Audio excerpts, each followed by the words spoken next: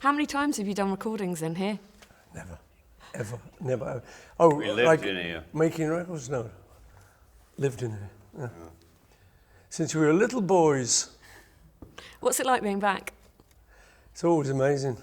Yeah, it's exciting. You know what I mean? I was thinking in the car driving up here, you know, it's like we're getting back to Abbey Road, you know, when we first came here, because we all thought, wow, we can make a record. That was the biggest deal in life at the time. And we kept coming back and made some really great music. It's kind of like your office, isn't it, really? Yeah, we lived here, as he said, you know, Yeah. we first of all came in that door as young kids. And we weren't even allowed up in the control room, that was for the grown-ups. Yeah. So we grew up here. Brilliant. Yeah. What's it like for you being here with them? Amazing to be here with them, and I've been here before. I've recorded movie scores here, and even recorded in this famous studio too. But you know, I'm just enjoying these two guys. I don't know, just feeling the vibrations of this place. Excellent. That was a great track. Now, watching the film for you two, did it bring back memories? Oh, yeah. Yeah, because I hadn't seen the Hollywood Bowl stuff in 100 years. So it did bring back memories of us being live. And actually, I was tweeting about the sound on the live record. Incredible. Which is what Giles has done, Giles Martin. Because you couldn't really hear anything. We couldn't hear anything. It was just screams. And the recording was pretty much that.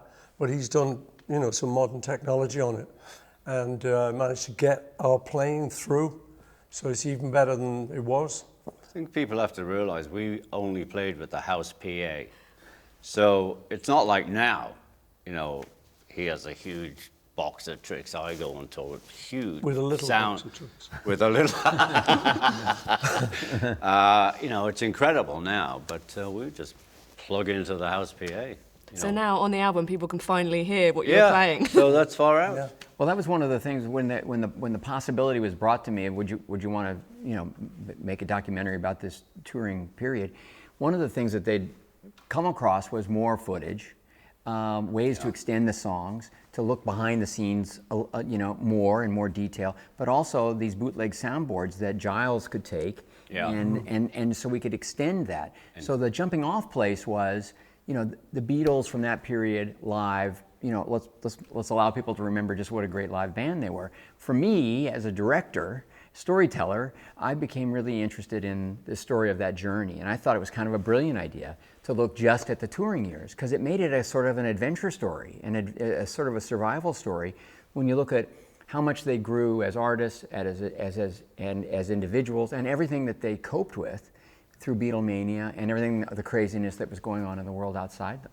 I love the fact that you've called it a survival story. I think that's great. Yeah. Did it feel like you were going through that kind of We thing? survived, yeah. It felt like that at the time. You know, it's funny to say how it felt, because it was so crazy. We wanted to be famous. We wanted to do well. We wanted to... You wanted to be famous too. You did. So, you know, we were doing what we really wanted to achieve. And it was getting better and better. But this funny stuff of like all the screaming and the craziness was coming in at the same time as all the success, which is what we wanted. So we couldn't complain. But it got out of hand. And the story is that in the end, it kind of forced us off the road. So we had to come back to this studio and make Sgt. Pepper's, Lonely Hearts Club Band. And we started living in here. Excellent. You know, before for the singles and that, we'd just get up in the morning, get in the car, come here like 9, 11 o'clock, make a track, drive to Birmingham, do a TV thing, drive to Newcastle, play a live gig, drive back. It was like mad, you know what I mean? It was like, but then eventually we did kind of move. Then we lived here and after we stopped got touring. off the road. I have to ask you about the segregation issue, obviously, when you went over to the States. I didn't know anything about that at all. So basically you got there and put your foot down and said that we're not going to play to split you know, audience. that was one of the great things for me that Ron and his team found. You know, we were kind of quite intelligent guys looking at the political scene. And coming from Liverpool, we played with black bands and the black people in the audience. It didn't matter to us, you know. So we went to the States and we played Jacksonville, and we heard that the whites and the blacks were going to be segregated. We just went, whoa, no, you know, no way.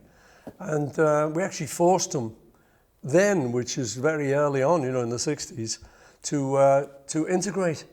And so it was a great thing, and we actually even put it in the contract. Yeah. So I was really proud to see that we made that stance then, you know, because you should be proud, and as an American, I can tell you that, I mean, for them, and we discovered this in making the movie. For them, it was just good common sense. It was just a practical thing. It was just kind of like, we're not going to do it. I mean, it was seismic, and I didn't really know about that. I remember that there were, you know, anti-Vietnam conversations and so forth later on, and other controversies that they didn't shy away from.